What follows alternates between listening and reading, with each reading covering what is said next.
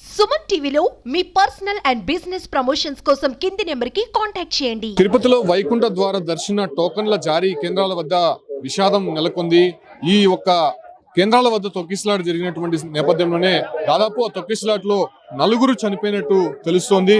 చూడొచ్చు, పెద్ద సంఖ్యలో భక్తులు ఒక్కసారిగా రావడము, అదే రకంగానే ఇక్కడ ఏదైతే సరైనటువంటి సదుపాయాలు, వాళ్ళకి భద్రతాపరమైనటువంటి అంశాల్లో కొంత నిర్లక్ష్యం వహించడంతోనే అధికార యంత్రాంగము ఈ తొక్కిసలాట్లో జరిగినట్టయితే తెలుస్తుంది. అయితే తొక్కిసలాట జరిగినటువంటి సమయంలో చాలా మంది మహిళలు కూడా స్రోతో పడిపోయారు. అదే రకంగానే చిన్నపిల్లలు. ఈ రకంగా ఉదయమే ఇక్కడికి చేరుకున్నటువంటి భక్తులందరూ కూడా పెద్ద సంఖ్యలో ఈ క్యూ లైన్ లోకి వెళ్లారు. అయితే క్యూ లైన్ లో ఉదయం నుంచి కూడా నిల్చున్నటువంటి నేపథ్యంలోనే కంప్లీట్ గా ఒక్కసారిగా 8:30 గంటల ప్రాంతంలో ఈ ఒక్క తొక్కిసలాట అయితే జరిగినట్టయితే తెలుస్తోంది. అయితే దీంట్లో 4 చనిపోయినట్టయితే స్పష్టంగా తెలుస్తోంది. మనతో పాటు మున్సిపల్ కమిషనర్ మౌర్య ఉన్నారు. మేడం, ఏంటి అసలు సిచ్యువేషన్ ఎలా ఉంది? చాలా మందికి ఇంజూర్ అయినట్టు తెలుస్తుంది, వాళ్ళ పరిస్థితి ఎలా ఉంది?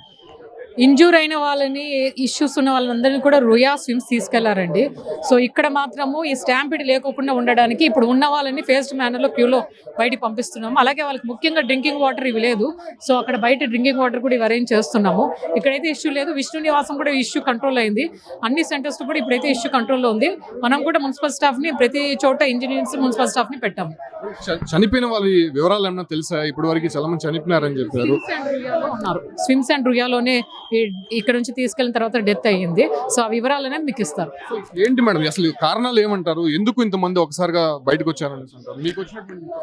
ఇది ముఖ్యంగా ఏంటంటే బయట వాళ్ళు కూడా చాలా మంది కర్ణాటక వీళ్ళు కూడా వచ్చారు. సో వైకుంఠ ఏకాదశి టికెట్స్ తీసుకున్నారని బయట వాళ్ళు కూడా ఎక్కువ రావడం వల్ల ఈ స్టాంపిడ్, ఎక్కువ జనాలు ఉండడం వల్ల స్టాంపిడ్ అనేది జరిగింది. ఉదయం నుంచి కూడా క్యూ లైన్ లోకి ఎంటర్ అయినటువంటి పరిస్థితులు, అంతమంది ఇక్కడ లోపల సదుపాయాలు లేవని చెప్పి కూడా భక్తులు చెప్తున్నారు. లోపల క్యూ లైన్లు ఎందుకు ఏర్పాటు చేయలేదని చెప్తున్నారు. క్యూ లైన్లు బయట ఏవైతే సెంటర్లు పెట్టారో దాని బయట నుంచి ఏర్పాటు చేస్తారు. టీటీడీ వాళ్ళు క్యూ లైన్స్ ఏర్పాటు చేస్తారు. అవి కూడా అంత ఇన్స్పెక్ట్ చేసే చేయడం జరిగింది.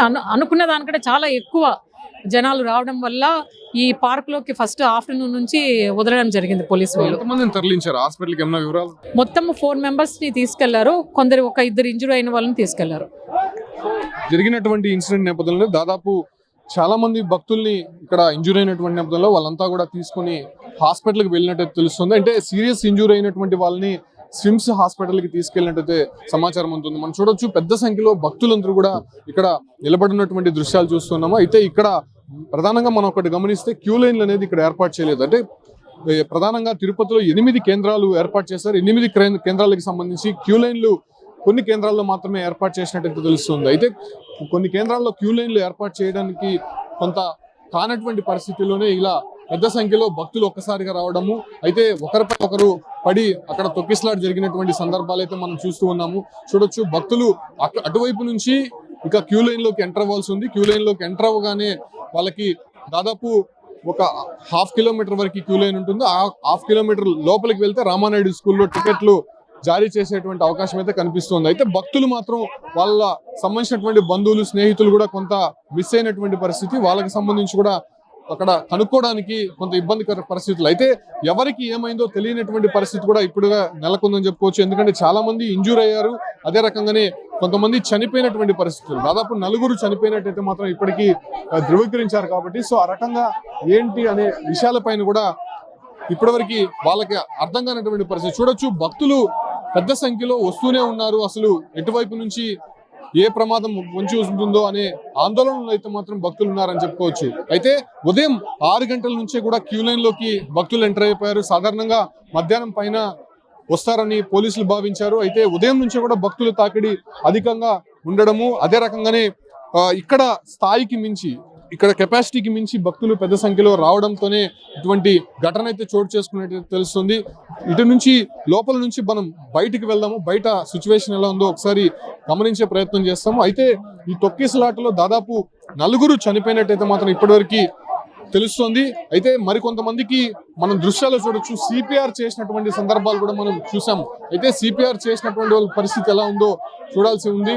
ఇక్కడ కొంత ఆందోళనకర పరిస్థితే నెలకొందని చెప్పుకోవచ్చు. పెద్ద సంఖ్యలో భక్తులందరూ కూడా ఇక్కడికి ఒక్కసారిగా చేరుకోవడము, వాళ్ళని కంట్రోల్ చేయలేనటువంటి పరిస్థితుల్లో పోలీసులు చేతులు ఎత్తేయడము, సో కంప్లీట్ గా ఏం జరుగుతుందో తెలియనటువంటి పరిస్థితుల్లో భక్తులు ఒక్కసారిగా ఒకరిపై ఒకరు పడడంతోనే ఈ తొక్కిసలాట జరిగినట్టయితే స్పష్టంగా అర్థమవుతోంది. మనం చూడొచ్చు ఒకసారిగా భక్తుల్ని ఆ లైన్ లో నుంచి వదలగానే ఒకసారిగా దూసుకొస్తున్నటువంటి దృశ్యాలు అయితే మాత్రం స్పష్టంగా కనిపిస్తూ ఉంది. అయితే పెద్ద సంఖ్యలో దాదాపు 3 రోజులకి సంబంధించి 1,20,000 టికెట్లను ఇచ్చేందుకు టీటీడీ సన్నద్ధమైంది. దీనికి సంబంధించి 9 కేంద్రాలను ఏర్పాటు చేసింది.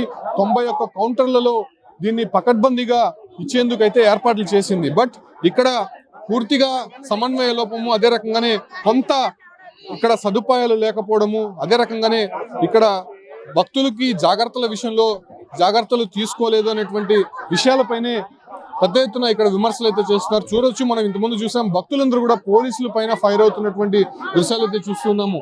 అయితే చాలా మంది ఒకరిపై ఒకరు తోసుకోవడము, అదే రకంగానే ఇక్కడ సదుపాయాలు లేనటువంటి పరిస్థితుల్లో వాళ్ళకి నీరు, ఆహారం కోసము ఇక్కడ కొంత వాళ్ళని అడిగే ప్రయత్నం చేయడము. సో ఆ సందర్భంలోనే చాలా మంది కూడా పడిపోయినటువంటి పరిస్థితి మనం చూస్తూ ఉన్నాము. చూడొచ్చు, చాలా మంది ఇక్కడ ఒకరిపై ఒకరు తోసుకోవడంతోనే ఇటువంటి తొక్కిసలాట అనేది జరుగుతున్నటువంటి సందర్భాలు మనం చూస్తూ ఉన్నాము. పెద్ద సంఖ్యలో భక్తులు ఇక్కడికి రావడము, వాళ్ళని కొంత కంట్రోల్ చేయలేనటువంటి పరిస్థితుల్లో ఇక్కడ సిచ్యువేషన్ అయితే మారిందని చెప్పుకోవచ్చు. కంప్లీట్ గా ఇక్కడ చూడొచ్చు, గమనించవచ్చు, ఈ బారికేట్లకు తర్వాత కూడా అంటే లోపల ఎంతమంది భక్తులు ఉన్నారో అంతే సంఖ్యలో బయట కూడా భక్తులు వేచి ఉన్నారు.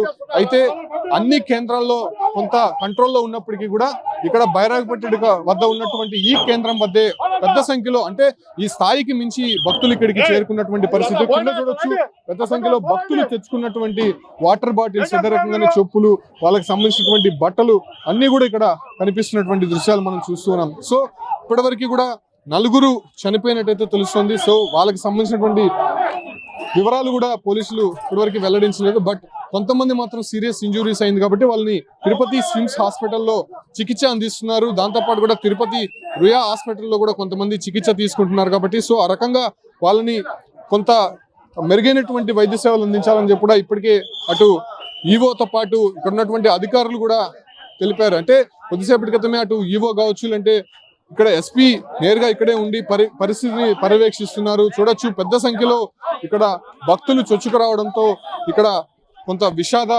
ఘటన అయితే చోటు చేసుకుంది. ఈ ఘటనకి సంబంధించి ఇప్పటికే పోలీసులు కొద్దిగా భారీగా చేరుకున్నారని చెప్పుకోవచ్చు. ఎందుకంటే ముందస్తు చర్యల్లో భాగంగా అన్ని కేంద్రాల వద్ద ఉన్నటువంటి కొంతమంది పోలీసులు కూడా ఈ ఒక్క కేంద్రాల వద్దకి తరలిస్తున్నటువంటి దృశ్యాలు అయితే మనం చూస్తూ ఉన్నాము. అయితే ఇప్పటివరకు దాదాపు 9 కేంద్రాల్లో టికెట్లు జారీ అనేది స్టార్ట్ అయింది. ఎందుకంటే ఉదయం 5 గంటల నుంచి టికెట్లు ఇస్తామని చెప్పి కూడా ముందుగా చెప్పినటువంటి నేపథ్యంలోనే సో భక్తులు అధికంగా రావడము, వాళ్ళని కంట్రోల్ చేయలేనటువంటి పరిస్థితుల్లో ముందస్తు టికెట్లు జారీ ఇష్యూ అయితే తీసుకొని వచ్చారు. సో ఇప్పటికే అన్ని కేంద్రాల్లో కూడా టికెట్లు జారీ అనేది జరుగుతుంది. బట్ ఈ ఒక్క కేంద్రం వద్ద దాదాపు 4 చనిపోయినట్టయితే ఇప్పటివరకు తెలుస్తుంది. సో వాళ్ళకి సంబంధించినటువంటి మృతదేహాలు కూడా తిరుపతి రుయా ఆసుపత్రికి తరలించారు. అయితే ఎవరెవరు అనే దానిపైన కూడా ఇప్పటివరకు వివరాలు వెల్లడించలేదు. దాంట్లో 2 మహిళలు ఉన్నట్టయితే తెలుస్తుంది. మహిళలు చాలా మంది కూడా సిపిఆర్ చేస్తున్నటువంటి దృశ్యాలు కూడా మనం చూసాం. సో వాళ్ళకి సంబంధించి కొంత సీరియస్ అయింది.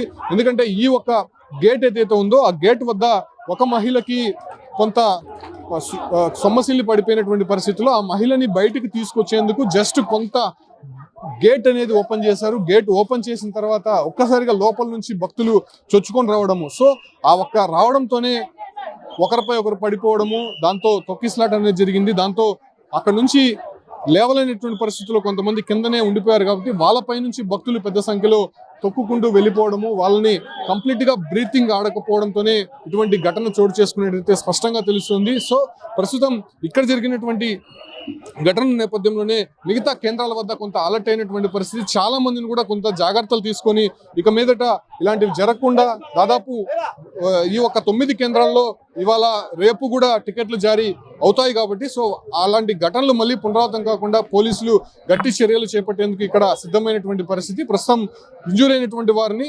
మెరుగైనటువంటి వైద్య సేవల కోసం ఇతర హాస్పిటల్కి తరలిస్తున్నటువంటి దృశ్యాలు అయితే కనిపిస్తున్నాయి.